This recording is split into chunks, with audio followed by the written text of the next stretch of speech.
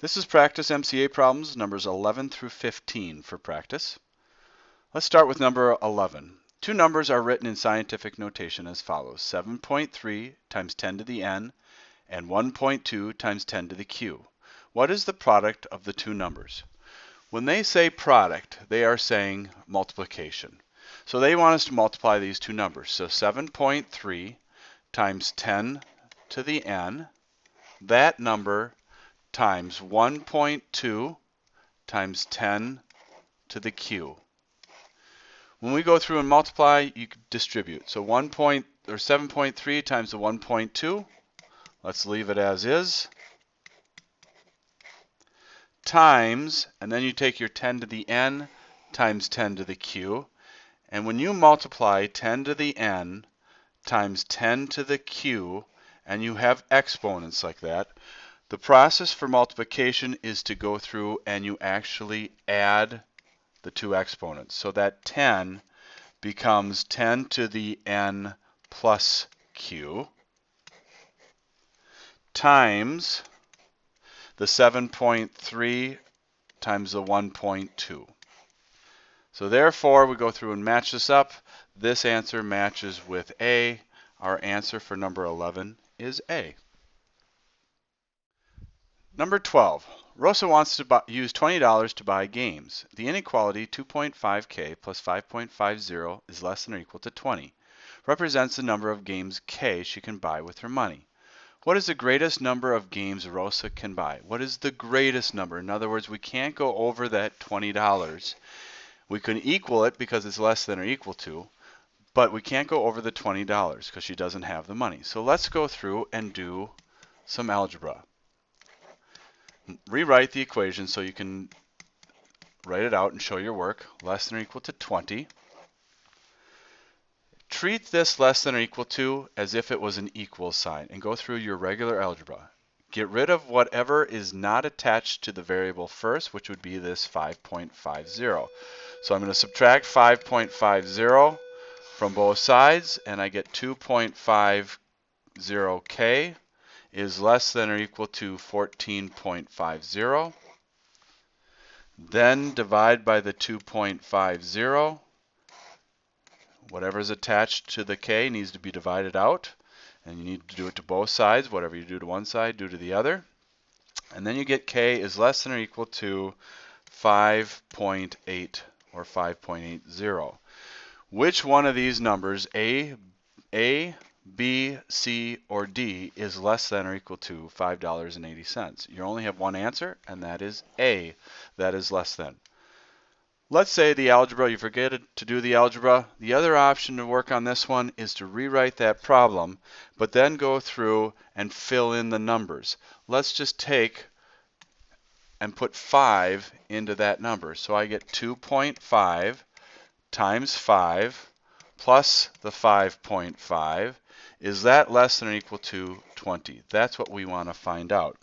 If you do this on your calculator, you get $12.50 plus the 5.5, and that's equal to 18, and that in fact is less than or equal to 20. So yes, 5 works. Let's try 6. The next number is 2.5 times 6 plus 5.5 less than or equal to 20. Do your algebra and you get 21 plus 5.5. That is not less than or equal to 20. That is $26.50. That is not equal to 20, and therefore 8 won't work, 10 definitely won't work, and 6 didn't work. So again, if you want to do it by work instead of algebra, just filling in numbers, A would be your best answer. Number 13. The braking distance of Samir's car can be described by the equation y equals x squared plus 5x divided by 200, where x is the car's speed in kilometers per hour and y is the braking distance in meters. How fast is the car traveling when the braking distance is 75 meters? All right, look at this equation and I say, all right, well, what's x? X is the car's speed in kilometers per hour, and y is the braking distance. So when they go through how fast is the car traveling when the braking distance is 75 meters, this number 75 needs to go in for y. That's the first thing you want to do, is break down the equation in the variables and find out what goes where with the numbers. So let's rewrite the equation. I get 75 is equal to x squared plus 5x divided by 200. All right, we could go through and multiply by 200 and then bring that number over to the other side and go through and do a quadratic formula, or we can plug and chug. I'm guessing most people would plug and chug as to try and remember the algebra in this scenario. And there's, again, remember, the answer is there in front of you. It's one of these four answers, so why not just see what works and what doesn't work? We're looking for one of these numbers, 30, 50, 55, 120. We're looking for it to go in for x and see if it in fact equals the 75 like it's supposed to. So let's try the first number. 30 squared plus 5 times 30 divided by 200. My question is, does that equal 75? So we have numbers to check. We have the numbers 30, 50, 55, and 120. All four of these numbers I'm looking to plug in to x to see if it matches up. Both places for x, by the way, and make sure that it matches up. Let's see if it works. Now let's take out our calculator. Here's our calculator, and let's type it in. First thing I would do is put the top in parentheses and type it in. 30 squared plus 5 times 30, close our parentheses. That answer, that whole thing, divided by 200. And I'd really suggest that you put the top in parentheses because that tells the calculator we want the whole top divided by 200, and it'll follow your order of operations which you have given it, and those parentheses are going to make a difference. I hit enter. 5.25. Does that equal 75 like we're looking for it? Remember, we're looking for it to equal 75. It does not.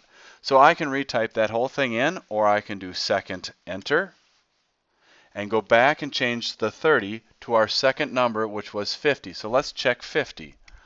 I'm going to change this, go back, fix that to be a 50 from a 30, and then change the 30 squared to also be 50. Throw in a 5 there, hit enter, 13.75. That also does not equal 75. So 50 doesn't work. Let's move on to 55. So second enter, and go back and change the 50 to 55, and the first 50 in the 50 squared to also be 55. Hit enter, 16.5. So again, I am guessing that it's not going to be 55 as well because it's 16 and a half, not 75 like I'm looking for. So I am guessing that 120 is probably our best answer, but we better make sure fill it back in. You can either retype it again or second enter. It is up to you. This time, because we have to have a number here, this is 55, it's 2 digits and we need to make it 3 digits. I'm going to do second insert and change that to 120. Delete out the 5 and delete out the first 5 as well. Then I'm going to go down here and do the same thing for the first 55. And like I said, you can also retype it if you want. I'm going to do second insert 120 and delete the 2 5s. So I get 120 squared plus 5 times 120 divided by 200. I hit enter. There it is, 75. So after going through this whole thing, and again, you can retype that in or second enter and do the insert, whatever you are comfortable with. But either way, out of these four numbers, 30, 50, 55, and 120, 120 is the only one that works. So my answer here is going to be D as in dog. Let's look at number 14. Given a sub 1 equals 1 and a sub n equals a sub n minus 1 plus 2, find a sub 7. What they're saying here is the first term is 1. A sub n is equal to a sub n minus 1. This a sub n minus 1 simply means our previous term. What did we get for the term before us? And they're asking us to find the 7th term. So we want to go through and find the 7th term on this situation. Let's start with the first one. A sub 1 is 1. We know that because they told us that. Let's find a sub 2. Well, a sub 2 is equal to a sub 2 minus 1 plus 2. This means a sub 1 plus 2, because if you do 2 minus 1, it's 1. Or again, that just means our previous term, which was in fact 1. Or it's a sub 1, which is 1, however you see it. So our second term is going to be 1 plus 2, which is 3. Then I want to find my third term. So a sub 3 is equal to a sub 3 minus 1 plus 2, or a sub 2 plus 2, or again, whatever our previous term was, and our previous term is 3. So I can just say a sub 3 is equal to our previous term, which was 3 plus 2, 2, delete that there, so not confuse anybody. So add 2 here, which is 5. Now we can just continue on the process. A sub 4 is equal to the previous term, which was 5. This number now goes in here, plus 2, which is 7. A sub 5 is going to be our previous term, which is 7, plus 2, which is 9. A sub 6 is our previous term, which is 9, plus 2, which is 11. And finally, a sub 7 is equal to our previous term, which is 11, plus 2, which is 13. So we go up here. Our answer in this case for number 14 then is going to be D as in dog, 13. Let's move on to number 15. Dr. Franklin begins an experiment with 100 bacteria in a container. She finds that the number of bacteria present at any given time is modeled by the following recursive formula. A sub 0 is 100. In this case, a sub 0 means we haven't even started. We are beginning right off the bat with 100 before we even go through any kind of time.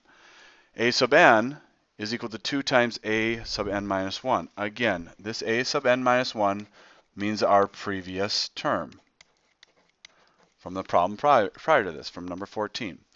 Where n is the number of hours after the beginning of an experiment. A sub 0 means no hours have gone by. That's why a sub 0 is 100. We had started with 100. And then we got to look at 1 hour goes by, 2 hours go by, etc. How many bacteria are present 5 hours after the beginning of the experiment? So what I'm looking for is, let's set up our pattern again. A sub 0, always go ahead and write this out. A sub 0 is 100. We know that for a fact. All right, well then let's look for a sub 1.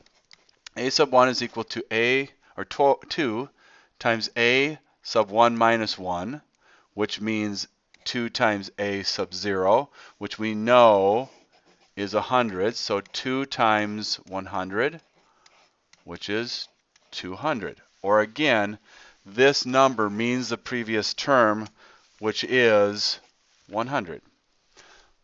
Let's find the second term. It's equal to 2 times the previous term, which was 200. So that's going to give us 400.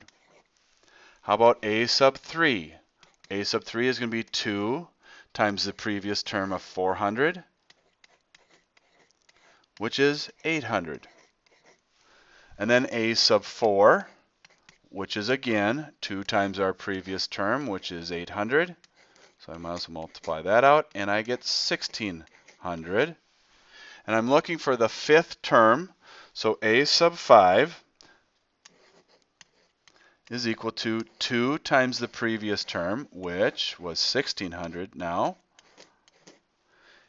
And you multiply those out, and you get 3,200. They're asking for the fifth term. I've gone down through a sub 5, so let's see, our answer is going to be C, 3,200. That helps cover questions 11 through 15. I hope you find that helped.